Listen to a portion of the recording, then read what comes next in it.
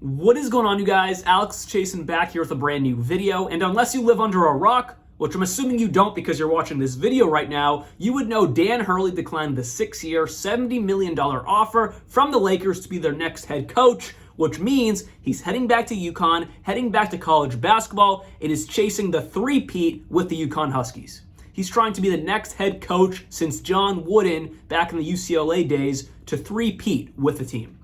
That is huge. I think that's one of the bigger reasons why he's going back to UConn, but I do want to discuss today why Dan Hurley declined this job, why he's heading back to UConn, and the ripple effects now for the Los Angeles Lakers, because they don't have a head coach.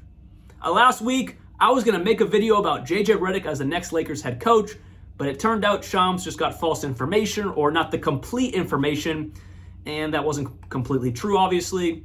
They were really looking hard at Dan Hurley, and we are where we are now. But this could have also had on the other side a major ripple effect for college basketball. If Dan Hurley took this job, there's a vacancy in one of the primest jobs in all of college basketball. But that ripple effect we do not have to worry about. We have to worry about the NBA side. The Lakers have a huge vacancy, their head coach. We are 3 weeks away from the NBA draft.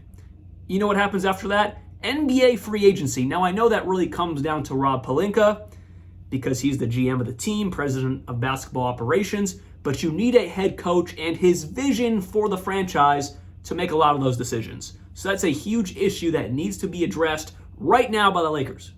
Is it JJ Redick?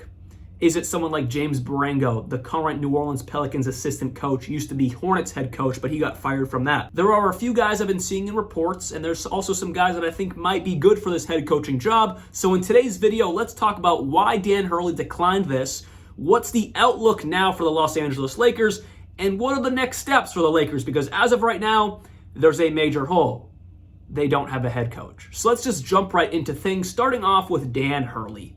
If he accepted this 6-year, $70 million contract from the Los Angeles Lakers, that would have been amazing, and it would have made him a top 6 highest paid coach in the league, putting him with Steve Kerr, Greg Popovich, Eric Spoelstra, Ty Lue, and Monty Williams. It would have put him right at 6, right behind Monty Williams. I want to start off by saying this.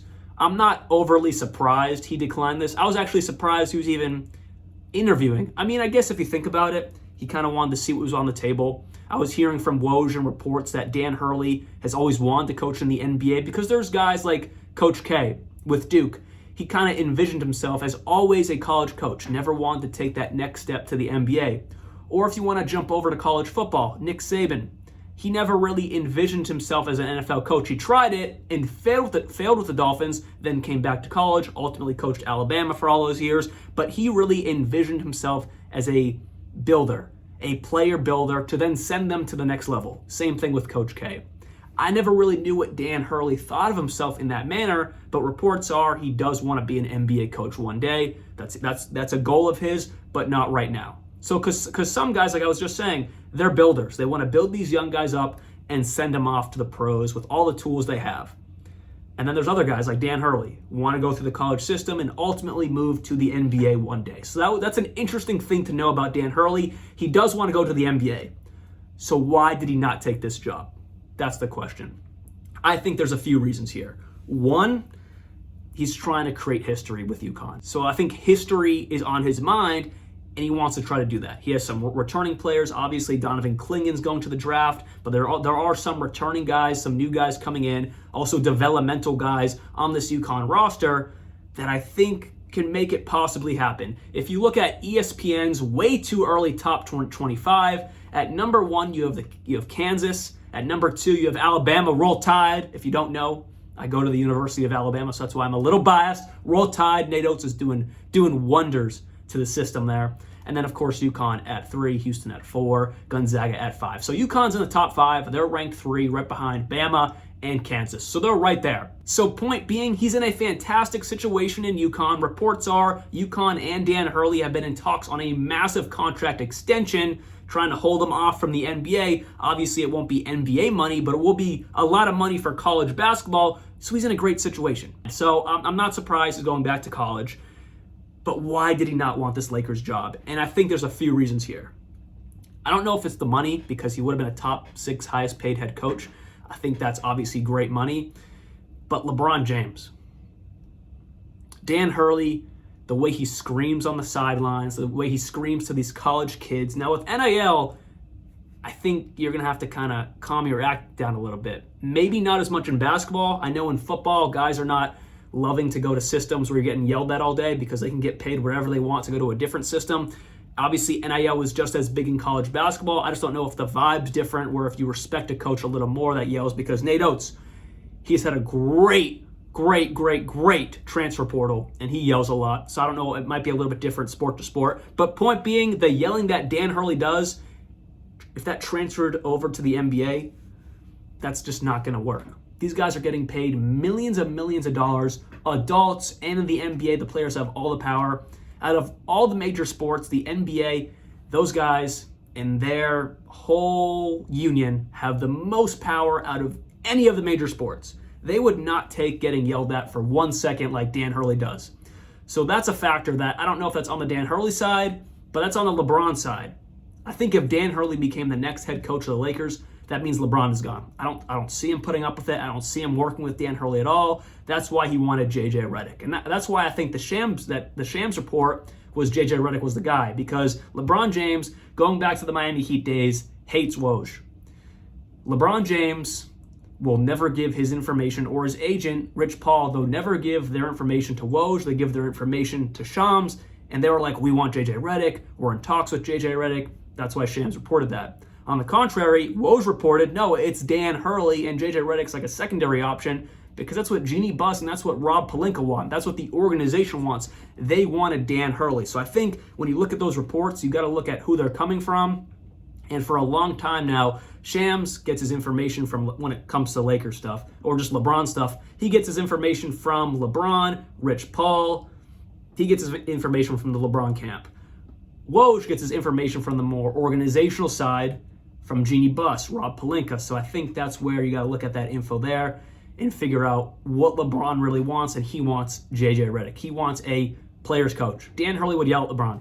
LeBron's not taking that. At almost 40 years old, on a middle-of-the-road team, trying to figure something out to win again, he's just not going to take that. So I think that's part of the reason why Dan Hurley's not taking this job. He doesn't want to work with LeBron James. That said, LeBron, of course, is a free agent, as we all know.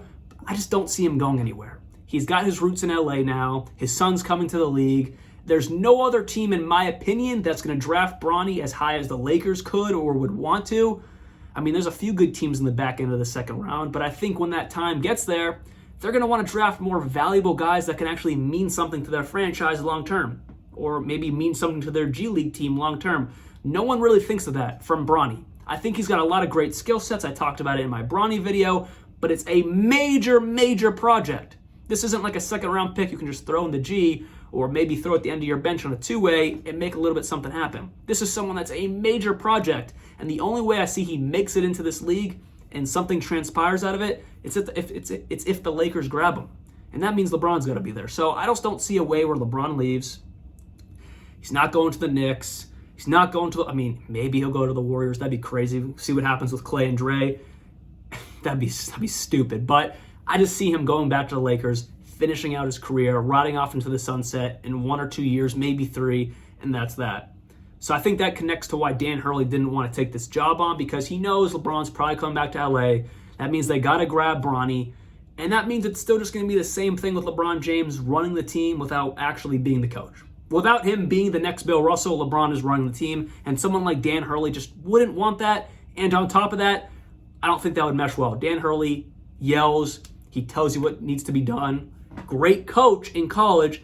I just don't think, or I'm pretty confident that would not transpire to the NBA, and more of it would not transpire with LeBron James. To close the video, let's talk about JJ Redick and let's talk about James Barango, the two guys who have been most talked about after Dan Hurley. So JJ Redick, no coaching experience, but he's got the podcast with LeBron. He's, the ESPN analyst. He's got it all going on. He's got a great NBA and basketball mind. Of course, if you didn't know, played a lot of years in the NBA. I thought that was a given. That's why I didn't start off with that. But he definitely has attributes to be an amazing NBA head coach. But the only reason he'd become the Lakers head coach is because of LeBron James. That means the whole podcast thing, I saw this on Twitter, it was just a coaching interview. That's just funny. It's like, I just don't know if that would work because LeBron James is just getting his way. If you're the Lakers, maybe you just do that because you want to see what you can do the next 2 or 3 years, try to get one more championship or at least just be competitive. I mean, if you want to just go that JJ route, go ahead. If you're the Lakers, don't you want to think about the future a little bit? You have some young guys on this roster that might have a little bit of something. You keep LeBron if you want, but why don't you want to try to be a little bit of a mixed future and, right now coach? I mean, maybe JJ Redick does that because, yes, he's young, but it's only to appease LeBron. So, again, it would work perfectly for LeBron, but if you think about on the organizational side, you're just handing the keys over to someone who has no experience. It's just LeBron's friend. Wouldn't be surprised. I mean, it was reported, it almost happened, but we'll have to see. James Marengo, I absolutely hate it. He wasn't terrible in Charlotte. I'd rather have him in Charlotte than Steve Clifford. I don't know why they ever in a million years went back to Steve Clifford. They fired James Marengo and did that, but he still wasn't amazing in Charlotte. Like, you're giving LeBron like a random NBA coach, like you've done every other time, Darvin Ham, and it never really worked. At least, thinking about it, on the JJ Redick side, it's someone LeBron wants, which makes them inclined to play harder. So I guess in the right now, if organizationally they want to appease LeBron and try to compete the next few years, you get JJ Redick because maybe he has no coaching experience, but he's got the basketball mind. It keeps LeBron happy. Maybe bring some other veterans in who want to play for JJ. Maybe they can build a little bit of something the next 3 years and try to do something. You also bring Bronny in. It's the whole LeBron thing. If you want to play right now with LeBron, but then, kind of go future focused, maybe you go James Marengo, maybe you go someone like Sam Cassell in Boston who's looking for a head coaching job as well. Maybe you go that type of route. So there's a few different options here for the Boston Celtics. I'll give a way bigger analysis when we know who the damn coach is. But that has to be figured out. The draft's in 3 weeks. Free agency starts right after that. They need a head coach. They need one. So hopefully you guys did enjoy this video. And Dan Hurley is heading back to UConn, trying to three-peat, and the Lakers don't have a head coach. See y'all very soon, and like always, peace out.